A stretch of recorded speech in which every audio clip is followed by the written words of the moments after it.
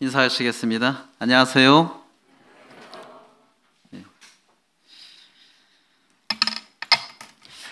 어렸을 때 부모님으로부터 그런 장난 들어보신 적 있으신지 모르겠습니다만은 저도 그런 장난을 들어봤고 제 자녀에게도 그런 장난을 쳤습니다. 너 다리 밑에서 주워왔어. 그런 장난 당해보신 적 많으시죠? 그리고 또 저도 제 자녀에게 해본 적이 있습니다. 그 장난을 치고서 어디 갔나 했더니 자기 방에서 혼자서 눈물을 뚝뚝 흘리고 있어요. 아이로서는 그런 장난을 들었을 때, 너 다리 밑에서 주워왔어 라는 그런 장난을 들었을 때 심각한 정체성의 상실이 오게 되는 것이죠. 아이가 지적 지적 정체성이 형성되기 전에 사실 자기에 대해서 인식하는 것이 뭡니까? 자기 자신에 대해서 인식하는 것이 엄마의 딸, 아빠의 딸, 이 수준인데 너 다리 밑에서 주워왔어. 이 말은 상당히 충격적인 말일 수 있죠. 근데 하나님께로부터 만약에 나중에 그런 평가를 받는다면 너 나로부터 난 자가 아니야 라고 한다면 이건 굉장히 심각한 일일 것입니다. 그런데요, 우리 요한복음 1장 1장에서 13절에서 뭐라고 말하고 있습니까? 이는 혈통으로나 육정으로나 사람의 뜻으로 나지 않았다. 영접하는 자, 곧 그 이름을 믿는 자들에게는 하나님의 자녀가 되는 권세를 주셨다고 했는데 우리가 하나님의 자녀가 됐다고 하는데 그것이 혈통으로나 육정으로나 사람의 뜻으로 나지 않았다라고 말하고 있습니다.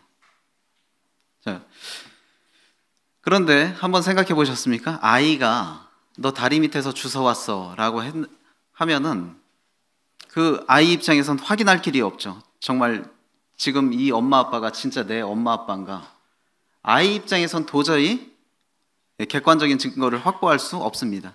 다른 사람들은 몰라도 아이만큼은요, 자기 부모, 한번 생각해 보세요. 형제 자매님들 낳아주신 부모가 진짜 부모라는 거 진짜로 확인하고 지금까지 살아오셨습니까? 아니면 확인할 방법은 있었습니까?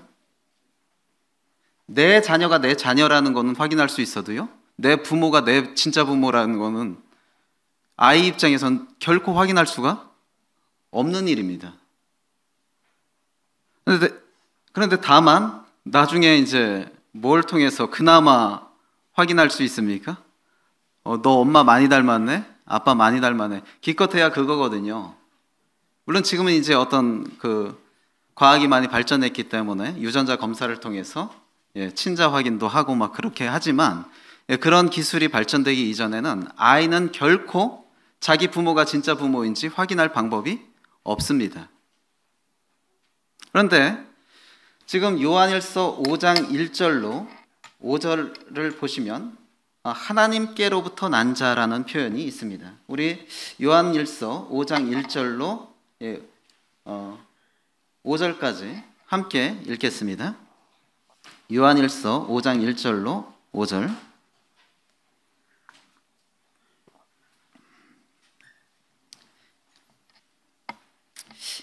본문이 길지 않기 때문에 같이 읽어보도록 하겠습니다. 시작.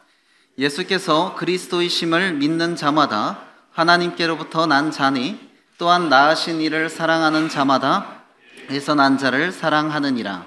우리가 하나님을 사랑하고 그의 계명을 지킬 때에 이로써 우리가 하나님의 자녀를 사랑하는 줄을 아느니라. 하나님을 사랑하는 것은 이것이니 우리가 그의 계명들을 지키는 것이라. 그의 계명들은 무거운 것이 아니로다. 무릇 하나님께로부터 난 자마다 세상을 이기느니라. 세상을 이기는 승리는 이것이니 우리의 믿음이니라. 예수께서 하나님의 아들이심을 믿는 자가 아니면 세상을 이기는 자가 누구냐? 자, 내가 하나님께로부터 나았다고 한다면 그 증거가 있어야 할 것입니다. 하나님께로부터 낳지 않았다고 하는 것은 굉장히 무서운 일이죠. 그것은 거듭나지 않았다는 것이고 구원받지 않았다는 것이고 그의 종국은 영원한 멸망입니다. 이 세상에 하나님을 외치는 자와 하나님의 존재를 인정하는 자들이 우리 밖에도 많이 있습니다. 반드시 교회 안에 있는 자들만이 하나님의 존재를 외치고 인정하는 것이 아닙니다. 심지어 어떤 학자는 존재할 수밖에 없는 창조주란 책을 썼습니다. 크리스찬이 아님에도 불구하고. 그러니까 하나님의 존재를 인정하는 자가 우리만 있는 것이 아니에요. 사도 요한 당시에 영지주의자들 역시 하나님을 인정하고 외쳤던 사람들입니다. 그러나 그 영지주의자들이 하나님의 존재를 인정하고 외쳤다고 할지라도 그들이 하나님께 속한 자라고 할 수는 없었습니다. 하나님께로부터 난 자라고 할 수 없었습니다. 그렇다면 진정으로 하나님으로부터 난 자는 어떤 사람들이고 그에 따른 증거는 무엇인가? 그리고 우리는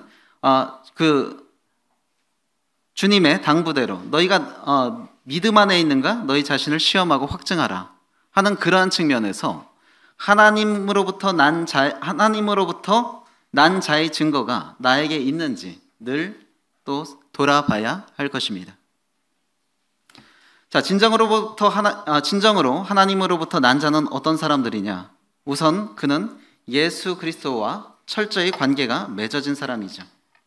5장 1절에 예수께서 그리스도이심을 믿는 자마다 하나님께로부터 난 자니라고 말하고 있습니다. 예전에 어떤 지인으로부터 그런 도전을 받았습니다. 나는 교회 다니는 걸 싫어하는데 교회 왜 다닙니까? 그렇게 묻더라고요. 그래서 절대자를 인정하시냐? 난 종교 중 하나로서 기독교를 믿는 것이 아니라 절대자를 믿는 것이다. 내가 믿는 하나님은 절대자이다. 많은 신 중에 한 분이 아니다.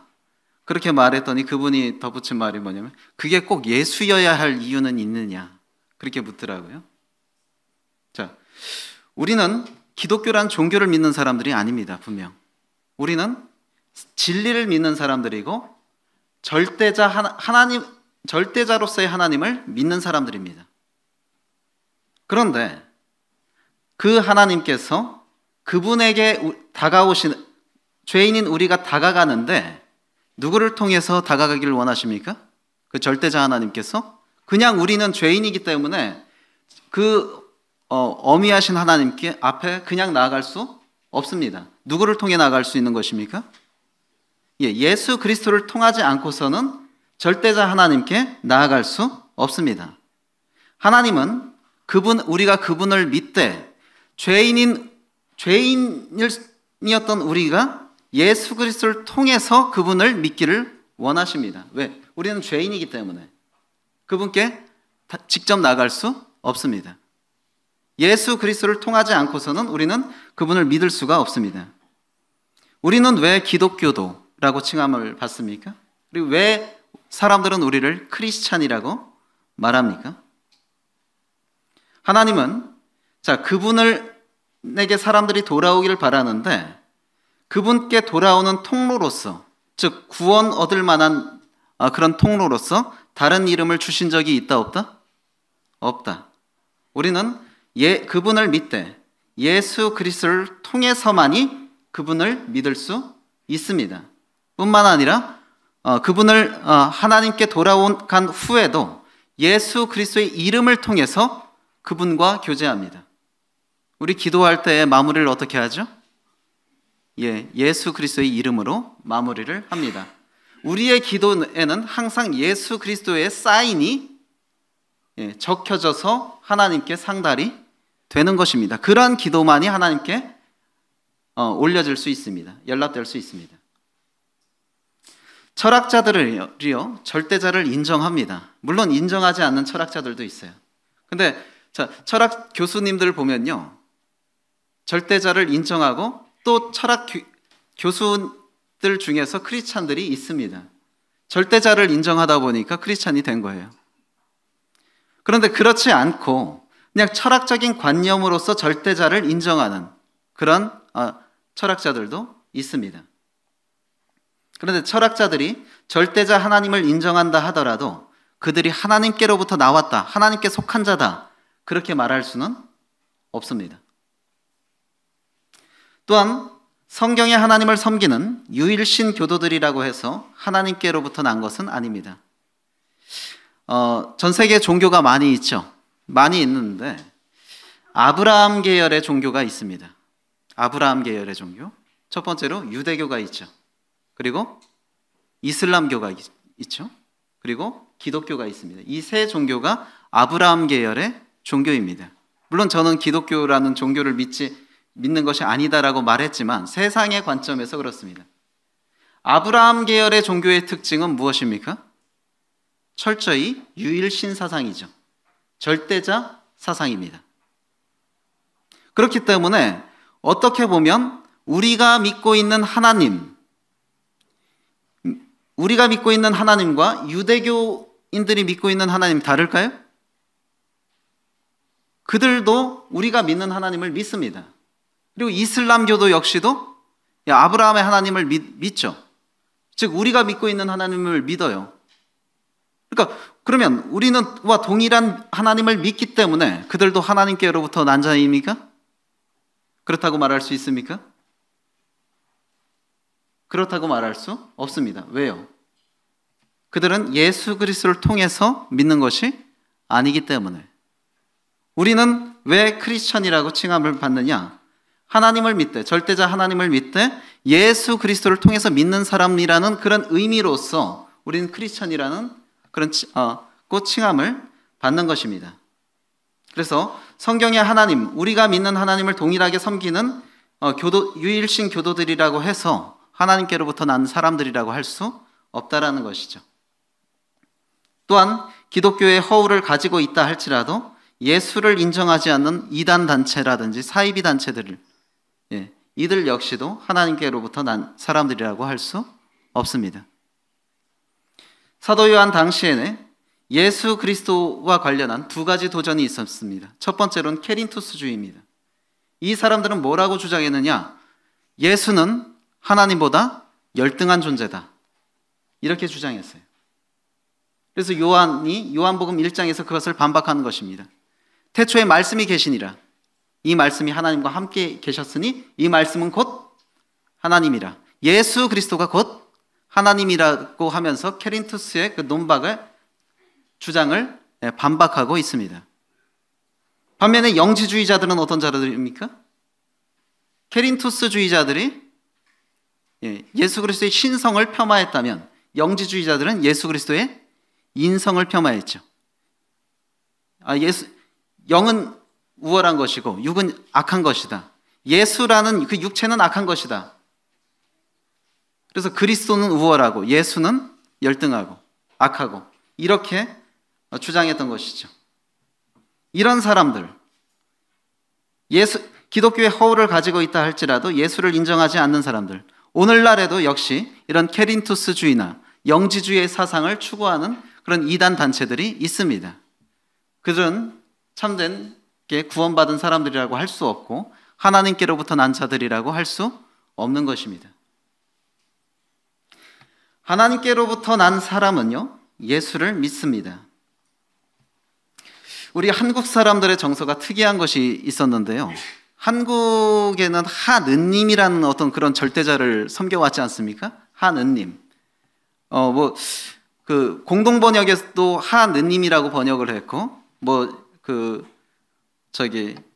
어떤 단체가 사용하는 신세계역이라는 번역에서도 하느님이라고 이렇게 번역을 했는데, 용어가 크게 중요하다고 개인적으로 생각하지는 않습니다. 하나님이나 하느님. 근데 하느님에 대한 어떤 그 절대신에 대한 인식이 우리 한국 사회에 오래전부터 이어져 왔습니다. 그래서 이런 상황에서 예수 그리스도에 대한 복음이 전해지니까 반발을 샀는데 어떤 분들은 그렇게 말합니다. 난 예수는 안 믿어. 근데 하나님은 믿어야 해. 그렇게 말씀하신 어른들 많이 봤습니다. 난 예수는 안 믿어. 그런데 하나님은 믿어야 돼. 한편으로는 좀 반가운 소리긴 한데, 자, 그게 논리적으로 신앙적 논리로 말이 될까요? 우리가 추구하는 신앙적 논리로? 나는 예수는 안 믿는데 하나님을 믿는다. 이 말은 있을 수가 없습니다. 예수를 통하지 않고서 하나님을 믿을 수 없습니다. 천하 인간의 구원을 얻을 만한 다른 이름을 주신 적이 없기 때문에 나는 예수님을 믿는데 예수는 안 믿는데 하나님을 믿는다, 이런 주장 자체가 상당히 모순된 주장이라는 사실입니다. 예수를 믿지 않으면서 하나님을 믿을 수가 없습니다. 하나님께로부터 난 자는 반드시 예수를 믿습니다. 우리는 베드로가 예수 그리스도께 대한 고백을 했던 사실을 기억하고 있습니다. 뭐라고 말하고 있습니까? 시몬 베드로가 대답하여 이르되 주는 그리스도시요 살아계신 하나님의 아들이시니이다. 이 고백에 대해서 예수 그리스도가 너무나 기뻐하면서 무슨 약속을 합니까? 내가 이 반석 위에 내 교회를 세우겠다. 음부의 권세가 이기지 못할 것이다. 이렇게 말씀하셨습니다. 자, 그런데요, 이것은 베드로만의 고백일까요? 주는 그리스도시요 살아계신 하나님의 아들입니다. 이것은 베드로만의 고백입니까? 아니요. 이 고백에 동의하지 않는 사람은 교회의 일원이 될 수가 없습니다. 반대로 말하면 교회의 일원이 됐다는 것은 이 고백에 전적으로 동의하고 자신의 신앙을 고백한 사람들의 모임입니다. 주는 그리스도시요 살아계신 하나님의 아들입니다. 지금 요한도 요한 1서 5장에서 동일하게 말하고 있습니다. 1절에서 뭐라고 말하고 있습니까? 예수께서 그리스도임을 믿는 자마다 하나님께로부터 난 자다. 그리고 5절에서 예수께서 하나님의 아들이심을 믿는 자가 아니면 세상을 이기는 자가 누구냐? 예수께서 그리스도이심을 믿고 하나님의 아들이심을 믿는 것, 베드로가만이 말한 것이 아니라 지금 요한도 동일하게 말하고 있습니다. 그럼 예수를 그리스도로 믿는 것, 예수를 하나님의 아들로 믿는 것, 어떻게 구분된다 할 수 있을까요? 예수가 그리스도이심을 믿는다. 그리스도가 무슨 의미입니까? 그리스도. 그것은 기름 부음을 받은 자라는 의미입니다. 더 풀어 말하면 보내심을 받은 자, 즉 메시아다라는 소리입니다. 메시아. 왜 보냄을 받습니까? 왜 기름 부음을 받습니까? 뭔가 할 일이 있으니까 기름 부음을 받는 것입니다. 보냄을 받는 것입니다. 즉 예수를 그리스도로 시인한다는 것은 하나님께서 인간을 구원하기 위한 메시아로서의 그분의 사역을 인정하고 받아들인다는 소리입니다. 여기 계신 분들은 다 그렇게 거기에 대해서 동의하고 인정하고 받아들이신 분이라고 믿습니다.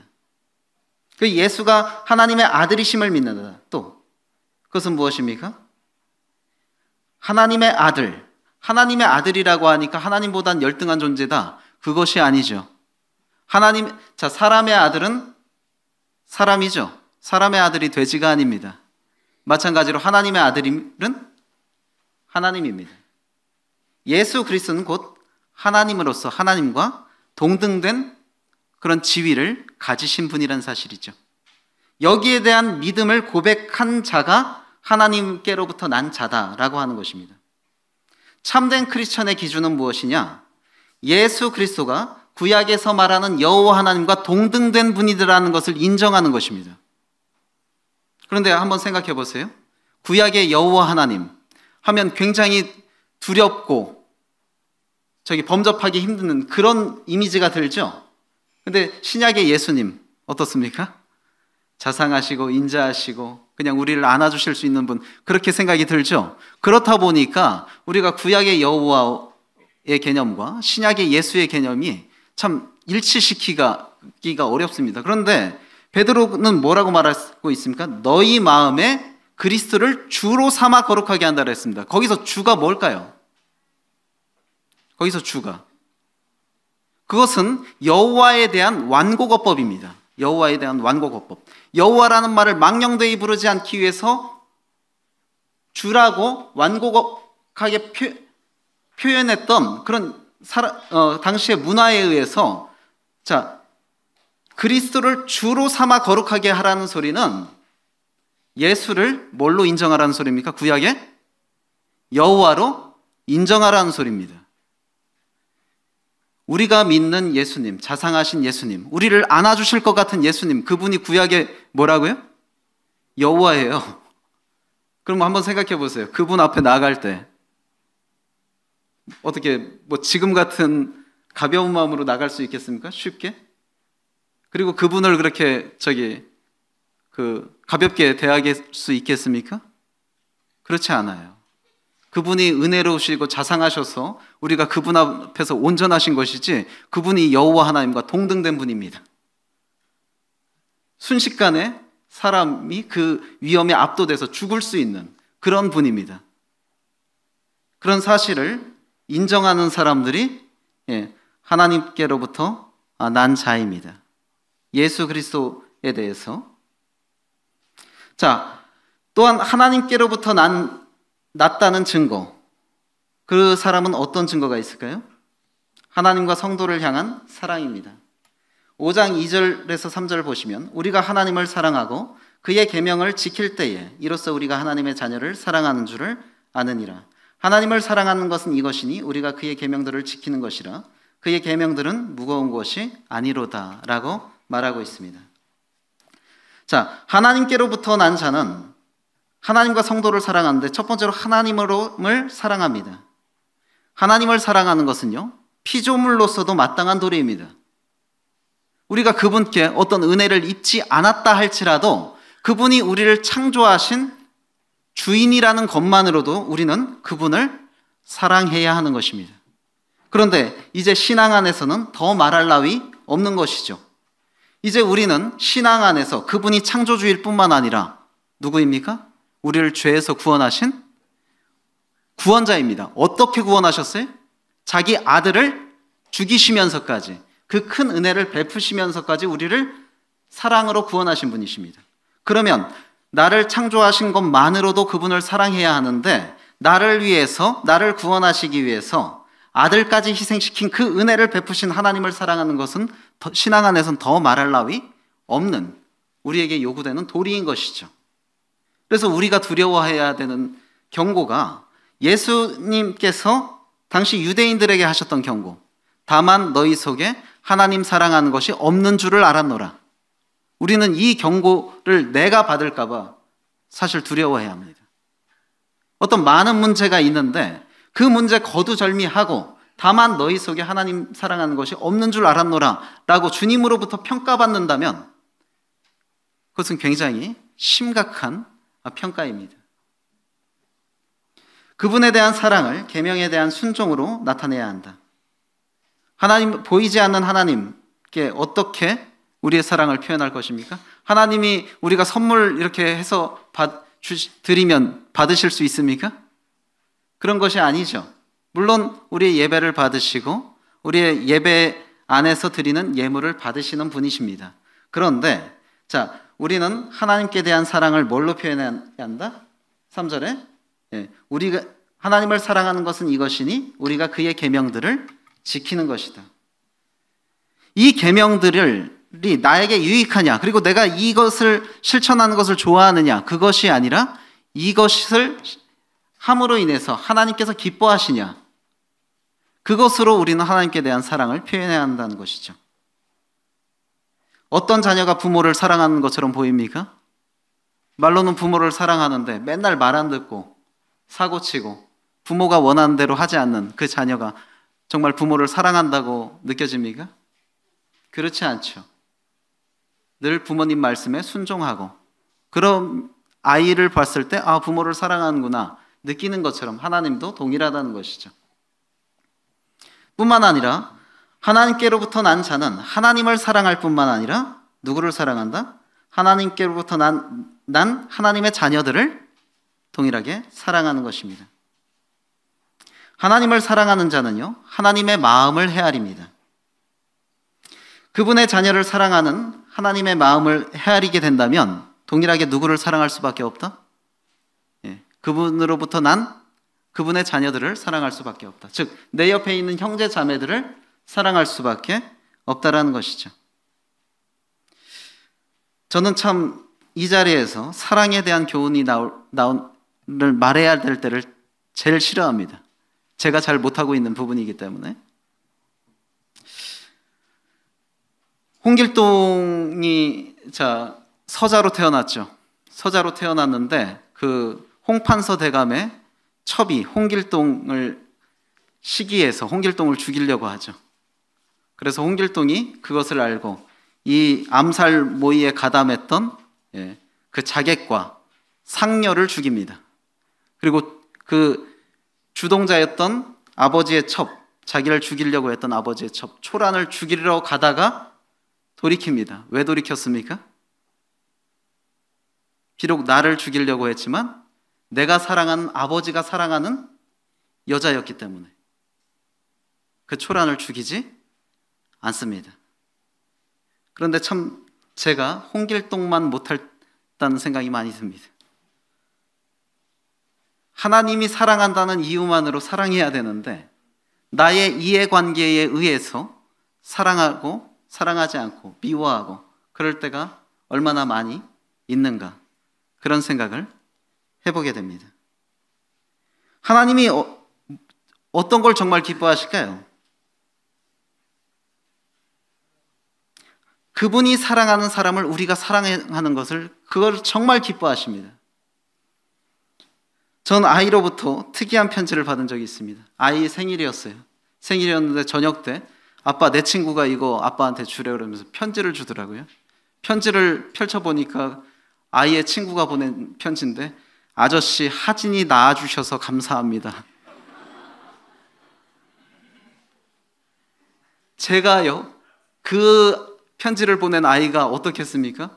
밉겠습니까? 엄청 사랑스럽겠습니까? 너무나 사랑스러운 거예요. 그냥 내가 사랑하는 내 아이를 사랑해 주는 것만은, 다는 이유만으로 너무나 사랑스럽고 걔한테 뭐라도 좀 해주고 싶고 데리고 놀러 오라고 하고 싶고, 하나님이 그런 마음입니다. 하나님이 그런 마음. 그분이 사랑하는 자녀를 사랑해 줄 때에 너무나 기뻐하셔서 뭔가 더 베풀고 싶고 뭔가 더 해주고 싶은 그런 마음인데, 참 제가 그 마음을 헤아리지 못할 때가 많이 있습니다. 냉수 한 그릇도 상 주시는 이유를 아시겠죠, 하나님이? 예? 형제에게 냉수 한 그릇 베푼 것도 그냥 넘어가지 않으세요. 그 정도로 그분이 사랑하는 그 자녀를 사랑해 주는 것을 하나님이 너무나 기뻐하십니다. 또한 이것 또한 그분이 주신 계명으로서 성도를 사랑하지 않는 자는 하나님을 사랑한다고 말할 수 없습니다. 내 계명은 곧 내가 너희를 사랑한 것 같이 너희도 서로 사랑하는 것이라. 성도를 사랑하는 것은 하나님께로부터 난 자의 증거일 뿐만 아니라 아까 말했던 하나님이 우리에게 요구하시는 계명입니다. 즉 계명으로서도 그렇고 하나님의 마음을 헤아리는 입장에서도 그렇고 하나님께로부터 난 자는 하나님의 자녀를 사랑합니다.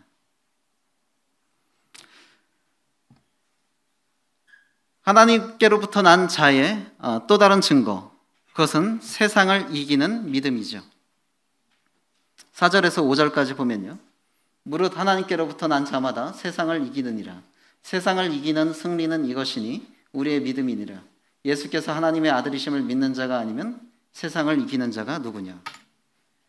내가 하나님께로부터 난 자인가 아닌가, 그 부분의 증거가 될 수 있는 부분이 뭐냐면 세상을 이기는 믿음입니다. 세상을 이긴다는 것은 무엇입니까? 그것은 세상을 어떤 것을 통해서 제압해서 굴복시켜서 내 앞에 무릎 꿇게 하는 것이 세상을 이긴다는 것이 아닙니다. 그것은, 세상을 이긴다는 것은 세상의 보편적인 원리를 거스려 살 수 있는 그러한 것을 말하는 것입니다. 하나님으로부터 난 자는요, 세상의 원리를 거스립니다. 세상은요, 점점 하나님의 뜻과 역행하도록 움직입니다. 그래서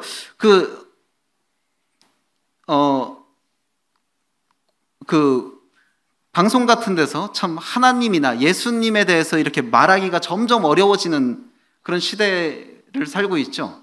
근데 제가 예전에 과거 추억의 드라마 같은 걸 보면요, 거기서 막 대놓고 예수님께 기도하는 그런 연출도 많이 있습니다. 과거의 드라마를 보면. 근데 점점 그런 것들이 규제가 되고 요즘은 상상도 할 수 없는 그런 연출이죠. 점점요, 하나님의 뜻과 역행하도록 세상은 바뀌고 있습니다. 또한 하나님의 뜻과 역행하는 것이 유익한 면이 많기에 사람들은 세상의 원리를 따를 수밖에 없습니다. 사탄이 우리 주님께 유혹했던 것과 동일하죠. 만일 내게 절하면 이 모든 권세를 내게 주리라. 하나님을 따르지 않고 사탄의 이 제공하는 그 원리를 따르면 유익한 것이 더 많습니다. 세상적으로. 그렇기 때문에 많은 사람들은 그 길을 갑니다. 그러나 하나님께로부터 난 자는 이러한 세상의 원리를 따라가지 않습니다. 그에 따른 불평과 불이익을 감수하더라도 하나님의 뜻을 행함으로 세상의 원리를 초월하는 이것이 세상을 이기는 믿음이고, 이런 자가 하나님께로부터 난 자로서의 증거를 갖고 있는 것입니다. 세상을 거스를 수 있는 힘은 그럼 무엇에 기인하는 것입니까? 그것은 믿음에 기인하는 것입니다. 요한복음 16장 33절에 이것을 너희에게 이르는 것은 너희로 내 안에서 평안을 누리게 하려 함이라. 세상에서는 너희가 환난을 당하나 담대하라. 내가 세상을 이기었노라. 주님이 세상을 이겼다라고 말하고 있습니다. 저는 어렸을 때 예수님을 받아들일 수 없었던 것이 그것은 승리자의 모습이 아니었어요. 십자가에 못 박혀서 매맞은 다음에 십자가에 못 박혀서 잡아 죽임을 당한 그 모습이 승리자의 모습입니까? 철저한 패배자의 모습이었기 때문에 저는 그분을 어린 마음에 받아들이고 싶지가 않았습니다. 왜 저런 패배자를 믿어야 되는가? 그런데 주님이 세상을 이겼대요. 그 패배자의 모습으로서 역시 세상의 원리를 초월하시는 분이죠. 주님의 세상의 원리는 내가 때리고 제 앞에서 무력으로 굴복시키는 것이었지만, 주님은 그런 방법으로 세상을 이기신 것이 아니라 사랑과 희생으로 세상을 이기셨던 것이죠. 세상의 어떤 원리와 역행하는 모습으로 세상을 이기셨습니다. 우리는 이런 예수 그리스도를 향한 믿음으로 동일하게 세상을 이길 수 있습니다. 왜요?